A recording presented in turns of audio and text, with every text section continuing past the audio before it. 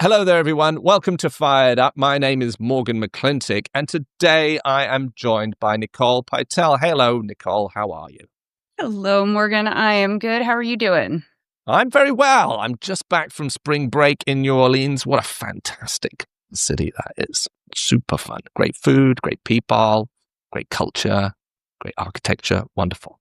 So today we are going to be talking about how to attract the attention of VCs. I see this a fair bit. Sometimes it's a goal for marketing campaigns. We're going to need to raise funding. How do we go about that? So what we thought we'd do is talk to a VC who's actively making deals and just understand a little bit about how they do those deals, where do they source their pipeline from, and how to get on their radar. Yeah, absolutely. Tons of good advice coming our way. I'm super excited to kind of go into this side of the world and get some advice. Yeah, because it can be quite sort of intimidating, can't it? The VC industry is very competitive. VCs are very specialized. If you're not familiar with them, how do they operate? So today we just thought, let's get a little window into that. And we'll be joined by Kyle York of York IE, which is a VC firm and advisory. He's CEO and co-founder. And he's been a startup entrepreneur. He founded a company called Din, or he worked at a company called Din, and then they sold that to Oracle. And now he's set up this business. And so he sees quite a lot of deal flow. So I'm interested in sort of just talking to him a little bit about how to get on his radar. So please join me in welcoming Kyle York to Fired Up.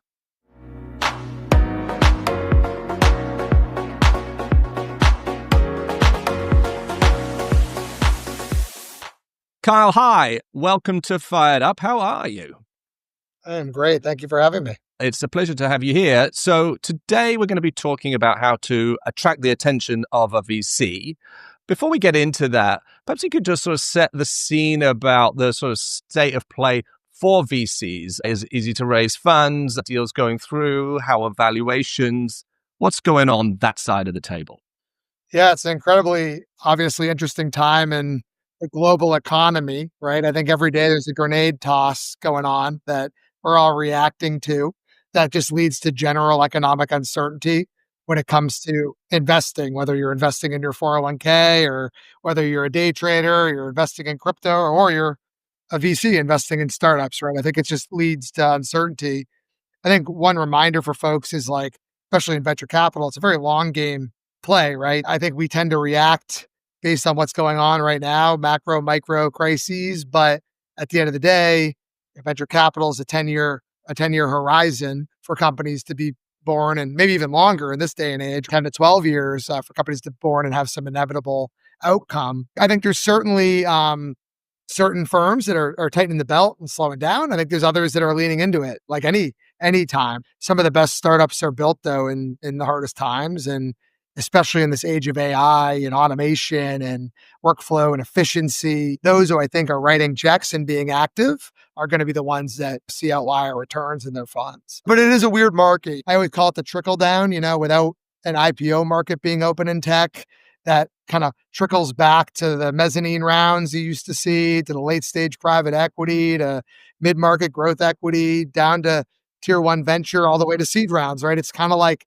there's a log jam a bit and we need liquidity to flow across the whole kind of stages of all the life cycle of startups, as well as in the kind of private equity market. And it also just leads to tightening a belt of LPs, which we'll get more into too. But we've stayed very active through it. We see it as a great opportunity, but it does take some resolve.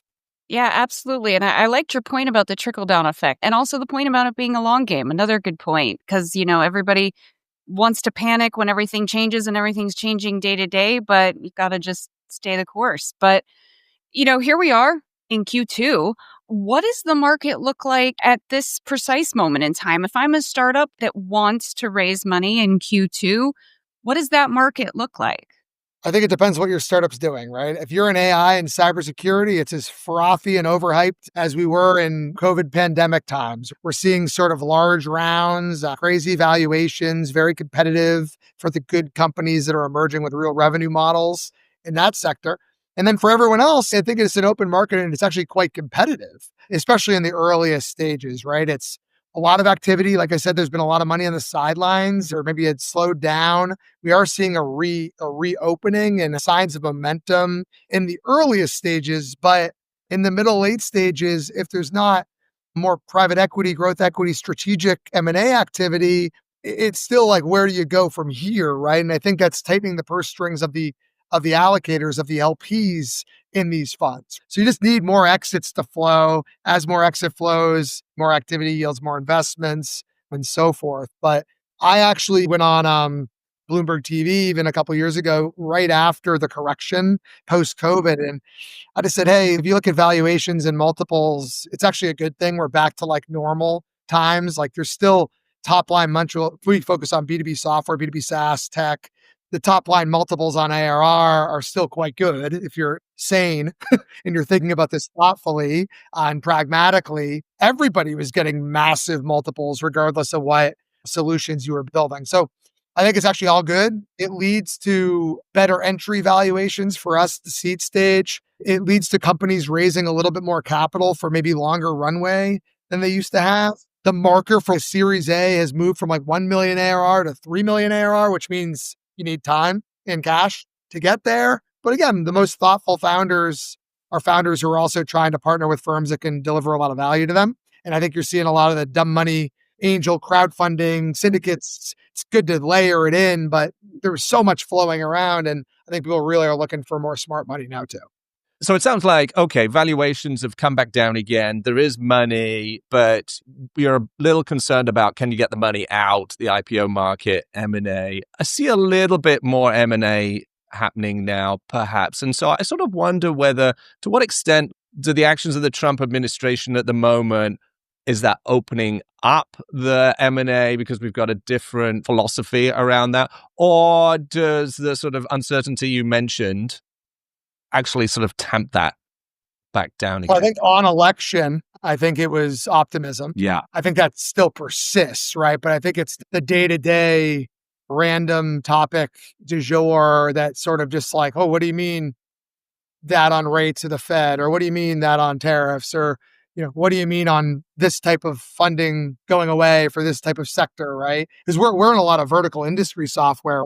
So insert manufacturing, insert education, insert healthcare, funding sources, and just stuff's being shaken up, which in the end might be fine, right? Who knows, right? Then it just creates like angst, and the buyer side, enterprise side, has angst to open their checkbooks. And it used to be that the buyers of software businesses were all strategic companies, right? The IBMs, the Oracles, the Googles, the whatever, right? I think what's actually happening, which is crazy, is as less IPOs are happening, or you need to be way bigger to go public, you're seeing a ton of inside dealing in private equity, where like earliest stage private equity is actually selling to later stage private equity.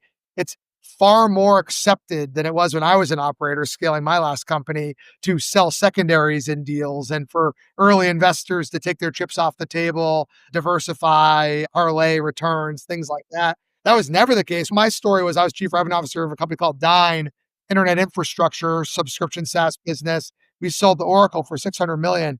When we sold to Oracle, there was only like 5 buyers in the world. Sure, there was like the Vistas, the Thomas, big private equity, but then there was like Oracle, Amazon, Microsoft, IBM, maybe 10, but people weren't spending $600 million to acquire an asset. It was either like get one of these top 10s to buy you, or figure out how to go public. And those are the options. Now I can name dozens and dozens of private equity firms that are buying companies. And also there's hundreds of very large public technology software companies, as well as privates, that can do some pretty darn big acquisitions, especially when you bring in cash and stock blends and things like that. So that world's dramatically changed. But again, I joke, I was at Oracle for 3 years after we sold the business. Uncle Larry has bought back a heck of a lot of stock using their cash, right? If that's what they're going to use their cash for and not for M&A, then maybe everyone else does it. Your point though, Morgan's a good one. I am seeing more.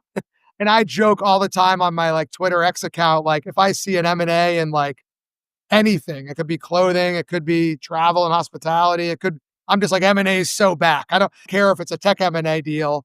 If I see an M&A deal, I'm hyping it as if the floodgates are about to open, because I do believe that we all need to be optimistic and nudge that along. We just saw one of our clients, Gretel AI, who just got bought by NVIDIA. And that was the first one in a while. We're seeing more. We've got a 60 company portfolio.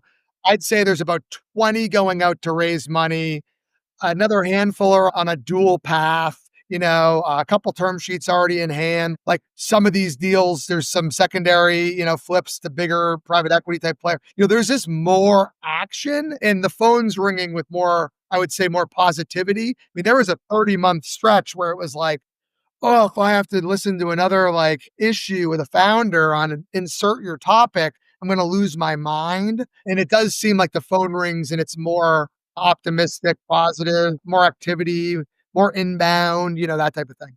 Yeah. So we set out originally to create this company. A lot of it was on the backs of our operating careers, especially in go-to-market and deep tech, as well as moonlighting. We created a lot of investment vehicles. We ran a large SaaS syndicate on AngelList. Angel invested a lot. Prior to even launching our firm, I had a portfolio of 65 companies, all B2B SaaS. And we kept dreaming up what's the company, the platform we want to go build to spend the next couple of decades of our career building. It was wonderful to build up and scale Dine. It was life-changing, but the moment it's someone else's baby, and no longer yours, you're looking around and, you say, what do we do now, right? And I wanted to create a kind of enduring long-term business. So I dreamt up this idea for York IE, create a modern Bain, modern McKinsey, Accenture, with venture capital pools to invest in our favorites. And so much of our deal flow, whether it's for advisory clients or for investment, is how you build a company. It's brand development, it's demand gen, it's events, it's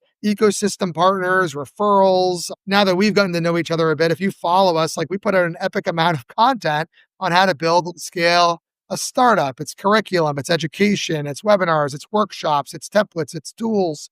And that drives a heck of a lot of our inbound deal flow. Secondly, because we have the advisory platform and the investments, we actually partner with a lot of larger, more established, multi-decade funds as an extension to their value creation or operating teams.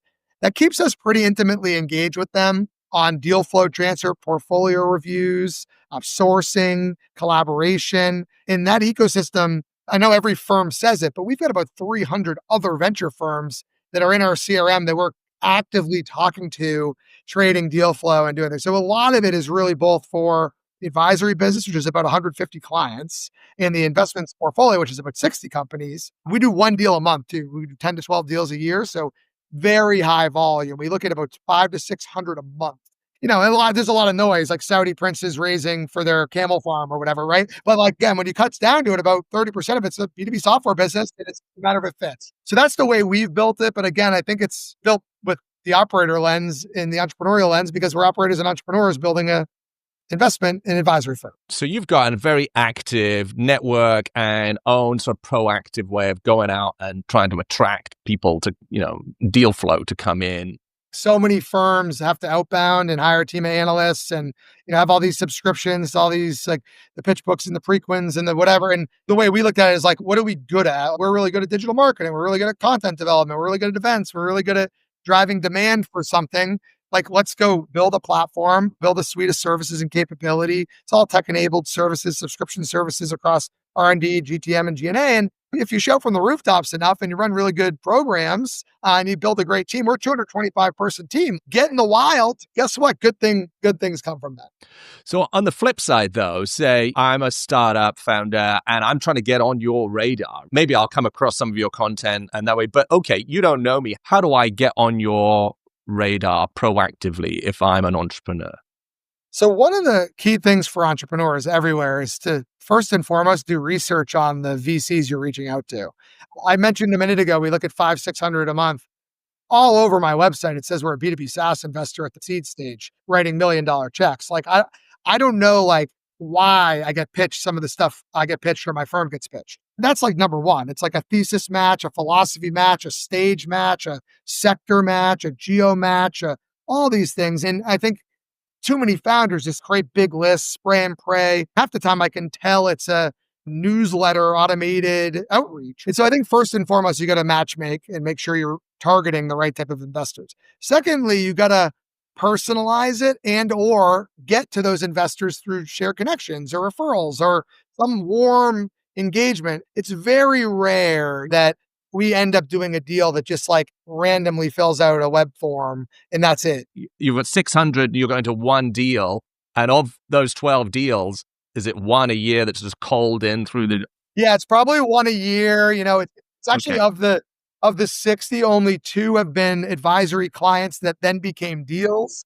That's probably stage specific. The advisory business tends to work with more like early to late growth stage companies as its ICP, and we invest really early. I think as we grow capital pools and raise more traditional later stage funds, that those might hopefully marry.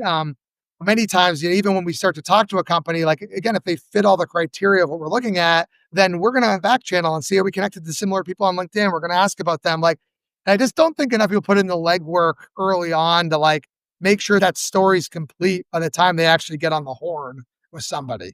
Right. So just to recap, you got to be talking to the right kind of person. And you've got to, when you start doing your initial DD, who is this person?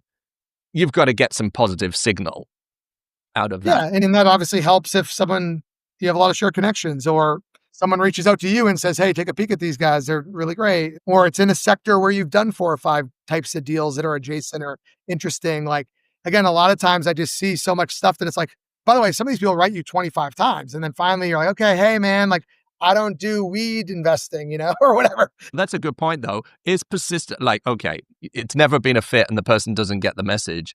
But, to what extent is persistence, if you are a fit and we are connected and, you're busy, I need to get your attention. Does persistence, is that a factor? Do you suddenly go, actually? I think it's a factor. I mean, what's unique about our firm is like most firms of our size would be like a couple partners and maybe a couple analysts and, they have investment committee and each partner brings deals to Monday's meeting and they decide what they want to chase.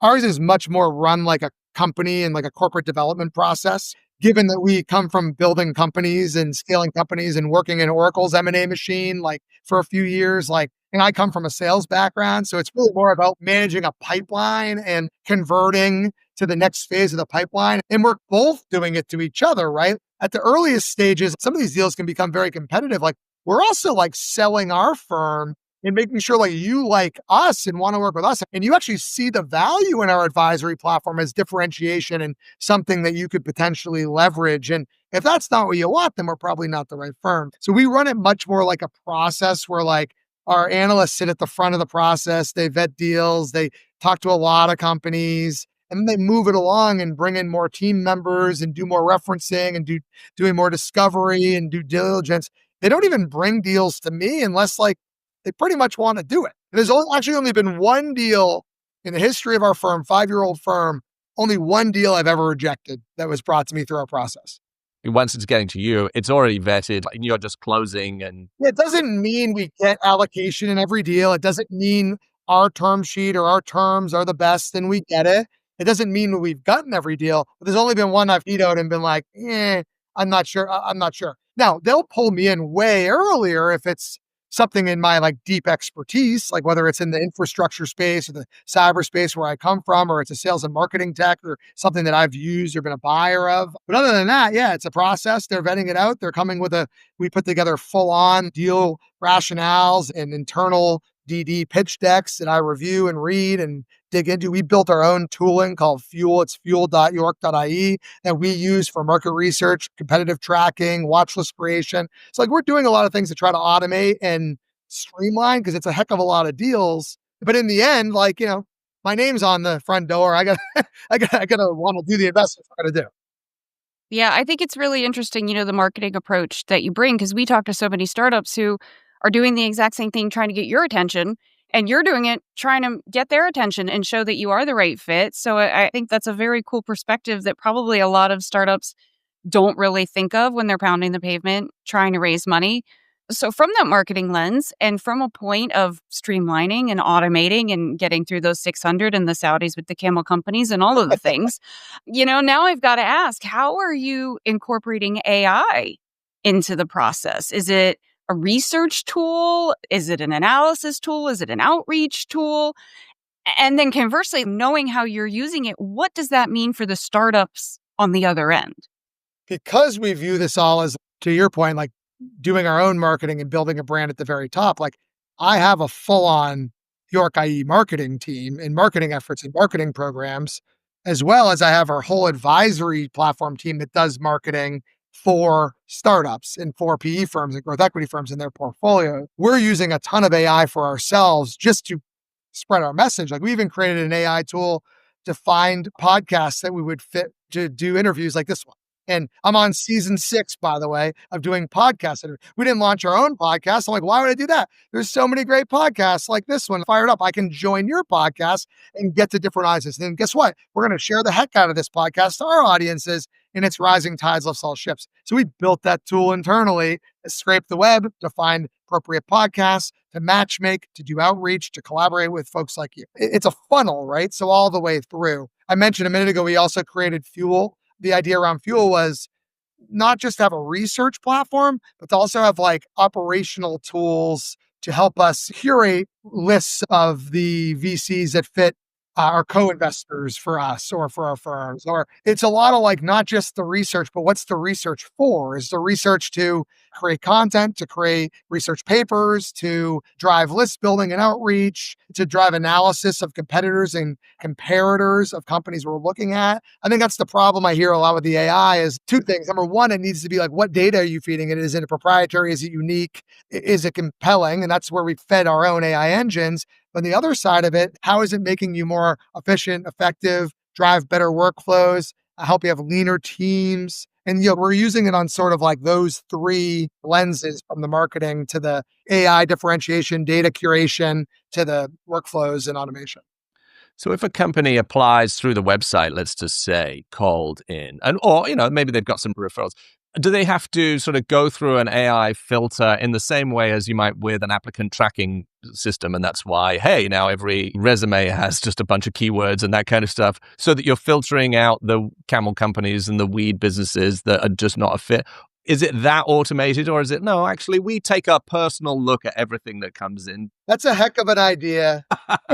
I'm sure the team is talking about this, and I wouldn't be surprised if the human beings are taking some of the form inputs and putting them into ChatGPT or some of our internal AI systems to like, hey, is this a compelling? I'm certain of it, right? My big belief on AI as it relates to like our firm is like AI is only as good as the data that you're feeding the AI and the humans that are interpreting the AI. There is a human lens to everything we're doing at the very top. But like I said, I'm certain if I went and grabbed Savannah and Matt and some of my analysts and my team, and they said here, they're like, yeah, they put everything in. I use our tools with this. I actually track this. Yeah, like actually we built this hook in our CRM. I'm certain they're doing a heck of a lot more. I always tell people I either live at the very beginning of our process where someone somehow got to me. And that's usually a referral or that persistence. I'm like, I got to talk to this founder. They're awesome. But usually then I kick it into the process of, hey, you got to make it through the gauntlet and circle back around. I'm not making the calls. I'm not looking at 500 deals or 200 deals or whatever. Or at the very end. And even then, like I'll still go use some tools of our own tools to go dig into these companies to evaluate them. And anyway, you can short circuit that. And that's what AI's real promises, I think, is wonderful. I think we've all heard the stories, getting our first job, especially, you hear about the guy that sent in a shoe because he wanted to get a foot in the door. I mean, you hear these things. What is the most clever thing a startup has done to get on your radar in a cool way, not in like you're a weirdo or you're annoying kind of way? Let me tell two stories. One, the best hire we ever had was this. It was a Mormon kid from Utah who heard about Dyn in the very beginning, right? When I first joined as CRO, we were about 10, 15 people, and he applied for a BDR job. And we're like, listen, man, we don't fly anyone in for interviews for BDR jobs. If you want to come out, come on out. No pressure or whatever. This guy flies all the way across the country, comes in for an interview. We liked him, but there was a few candidates. And then 1 hour later, after this 10, 11 a.m. meeting, 10 pizzas show up to the office from Scott, the kid who just paid his way to come to the interview, and we hired him. I was like, are you still in town? You're hired. Yeah, he went on to work at Facebook. He's now the CEO of a tech startup based in Salt Lake City called Zeit. It was once called Cloud App. Great guy, right? And I think like personal touch, that uniqueness, that stick out, that goes back to the early days of Mad Men and like advertising. And I love that sort of stuff. So I think it's really more that like interpersonal touch, not to get on our radar, but like in the stages of the funnel to prove that they like know who we are, know what our interests are. Anything you can do to sort of stand out that isn't creepy or weird or stalkerish or suspect, from my perspective, do it. Because again, if you think about it, there is a lot of noise out there. And to Morgan's point, if you are a match and you know you are a match, and it's just a matter of whether or not the stars align, do whatever you can to follow through on that. It's good to stand out in that. I like that. And I think a lot of, great founders in a company, they might be sort of in the engineering team, they might be the number 2 or something, and they're working their way up and they've got some connections, but they're not meeting VCs like you. And so maybe they don't have all those connections. What is your advice to those entrepreneurs to sort of build their network? How do you just sort of get plugged in? If I had an answer, I'd tell you, because right now we're raising our first institutional fund. So think more $150 million fund. We have been running more of a individual angel. We call it our seed stage rolling fund, but the LP base is more tech entrepreneurs, founders, angels looking to do 10 deals a year, right? Through us, and then do some of their own. And we're graduating to a more institutional investor, a more asset allocator. And that's not our world, right? We came from the operator world. We haven't built our careers working at Sequoia and Summit and Andreessen and harvesting LP relationships all these years. So I think it's kind of the same thing on the standing out thing. You got to stand out and you got to get in front of people. So when you get people on the horn, like I've been on the road for 6 weeks as we started to get this thing off the ground, getting FaceTime, because so much gets pushed forward and along by building that rapport in person. And yes, we live in a digital age. Yes, it's never been easier. We were even looking at each other here on Riverside, or to do a Zoom or a Meets or jump on the phone or see each other on socials. There's nothing more important, especially when that intimate relationship, which is like a 10-year plus marriage with a VC or a VC with an LP or a VC with an entrepreneur, to start from that. It can't all be on dating apps, right? We need to get into the person. And I think that's what I'd really press. There are a lot of events, right? VCs are at a lot of tech startup events. A lot of times they're speaking at them. Too often, my parents or people not in tech or VC might think every VC is the same. Or my neighbor who's not in VC might think every VC is the same. Or I don't even invest at that stage. I don't own companies. I'm not a bio firm. And I think everybody just kind of lumps it into one category. And by doing that, you don't get a lot of the ability to get to that personal connection. So you got to get inside it a little bit to understand the nuances between the different firms and their focus, and then who the partner is within that firm that focuses on cyber, because the others don't. They all defer to this person and they're making the call. So that's the person you need to get to. I think there's a little bit too much peanut butter going on in some of the accelerator programs. It's not that dissimilar to what I was saying earlier about like angel groups and angel investors and crowdsourcing, and everybody during the pandemic froth wanted to get a piece of private investment companies. So there's like kind of two ends of the spectrum. There's I'm going to write 1 or 2 checks into startups and then wonder why I didn't become rich off my investments in startups. And then there's I'm going to be part of a 100 company startup accelerator and expect that I'm going to get like the true love and touch and support and catalyst that I'd expect to get. And I think those things are kind of similar in a way, right? Where it's like everyone's looking for that hack or that way to get there quickly, where at the end of the day, it's like consistent, proven execution is really what makes the best companies thrive. I don't mind when they're like intimate and they're small and they're focused and they're kind of like in a niche. But I struggle sometimes with the Y Combinators and the large ones that like how many stars are in each class and how many actually make it. And it's just a little too Silicon Valley power law to me, where if one makes it, then it's awesome for the fund, but 20 deals can die. Like I don't know how that's such a great thing for entrepreneurs. They might learn a lot. Don't get me wrong. There's a lot to learn in failure, but I do think like our model is much more like intimate. I even get crap for, spreading out too much with 10 deals a year, and having so many clients and all that. Well, I've created an infrastructure and a team to do it. And I don't think that's peanut butter comparatively to how others have done it. So that's kind of my world. The last point is sometimes they can become predatory in that they take very large positions in everyone and write very teeny checks and demand like a lot. And then sometimes for companies it gets really hard, unless they're the great company, right? Unless they're Airbnb spinning out of it, then they really struggle with raising funds afterwards or understanding who's being backed. And it becomes a kind of a tricky, slippery slope as you progress as a startup.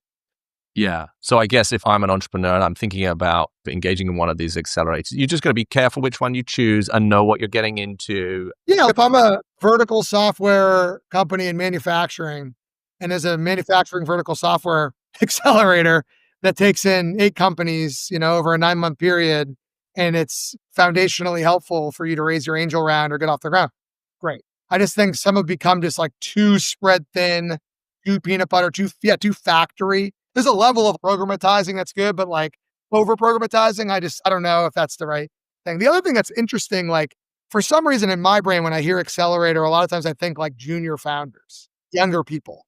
And the reality is, if I look at the age of the companies we back, it's probably mid to late 40s of the founders. I think it's like the more experienced, even if they're not experienced in building the startup, even if they're a first-time CEO, the more experienced, the more they're looking for like captivity and like relationship. And like, it's why we built the model we've built, because it can be a little bit more intimate than too spread. Than a boot camp or something where you're going to just sort of get the basics because you haven't had that. Okay. That's good advice. And so what is the thing that as a VC, you're sitting there, you're writing the checks. What is the thing that you wish entrepreneurs knew before they sort of go into this process? Every time you raise money from anyone, especially a venture capital firm, you need to remember you're selling a piece of your company. And most of the time for no money in your bank account, right? You're selling a piece of your company, you're getting into a long-term relationship. People spend so much time, co-founders, determining if they want to found a company together, spend so much time determining the splits, spend so much time defining roles, and then they go out there and sell 20% of their company to an investment firm. And what founders need to realize is that the client of a VC, especially a traditional VC, is their LP, not you, and their fiduciary responsibility to those LPs. And that's where their interests are. That's where their timelines are. And that's how they're going to think. And that, again, that only gets more painful the larger and the more ownership that they have at scale, right? Private equity firms, majority owners, things like that. So that's what I, really remind people about. Okay, so be very careful about who you're bringing in. This is a long-term relationship. Your goals are nominally aligned, but not 100% because you're literally different businesses with different customers. Yes. And it is stage specific. The timelines shrink the longer you've been around and the later stage investors that you bring on. So, if you raise money and you're doing 20 million of ARR and now you're raising private equity money, they're on like a 3 to 5 year clock. Are you on a 3 to 5 year clock? They may have different ideas there's 2 archetypes of CEOs. There's the founder CEO and then there's the hired gun CEO. And guess what? They do not look alike the later you go in a company building. They might as well be foreigners to one another. And so it's just, there's all these kind of like different dynamics. And my company died. We actually bootstrapped to 30 million of ARR before we sold. And when we ended up raising, it was all growth equity and then private equity. So we never even lived with VCs, right? They left us alone for a few years because like, oh, this company's going, why mess with a good thing? But then when we started to get to like, are we going to exit? Are we going to IPO? Then everybody came out, right? And it was like, oh my God. And we were young guys building this company, and it was tough, right? It was like, it felt like we were doing more internal fighting than we were doing competitive fighting in the market. And I probably was oversensitive to it back then, given my youth and experience, but it's how it felt. And they were on different timelines and serving different constituents. Yeah, great advice. Because I think a lot of startup founders, the pressure is to just get that money in. They're thinking more short-sighted than long-term, and you guys are looking at it long-term, and it is a long-term thing. So not all money is good money, not if it's the wrong relationship. So I've loved listening to your experience from both sides of the table. You've had so many great nuggets to share. Is there any other piece of advice that you would give to startups based on your experience on both sides of the coin here? We preach a lot of pragmatic growth versus growth at all costs, which is, I live in Manchester, New Hampshire. I'm outside the guys of Silicon Valley, but I spent my whole career selling firms in Silicon Valley and backing firms in Silicon Valley. And I worked at Oracle for 3 years, which was in Silicon Valley.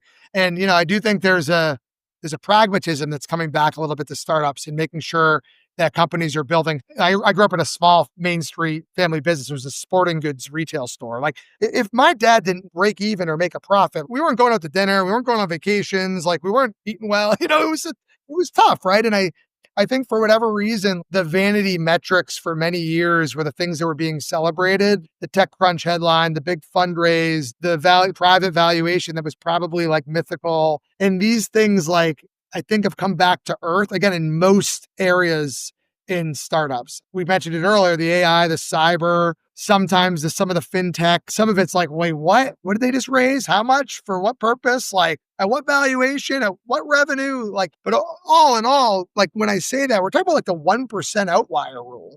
And unfortunately, those are the books that are written and those are the movies that are filmed. And that's what people like aspire to when you can make a lot of money and make a big impact on your industry or your community or your family by building a good, healthy company. They don't all need to be unicorns and decacorns and all that. So I just like try to remind and ground people in that. And sure, if it unlocks for you and you have a massive opportunity to be the next Bezos or the next Larry Ellison or the next insert founder, CEO, billionaire, great. But like you can build a pretty damn good life for you and your teams by building a good, healthy, pragmatic company. That's great advice. Thank you for that. So Carl York is the co-founder and CEO of York IE, which is an advisory and venture capital firm. Carl, listen, thanks for your time today. If people want to get in touch with you, where should they go? Yeah, sure. You can find me on X. I'm KYork20. I'm actually KYork20 everywhere. That was my AOL Instant Messenger screen name back in the 90s.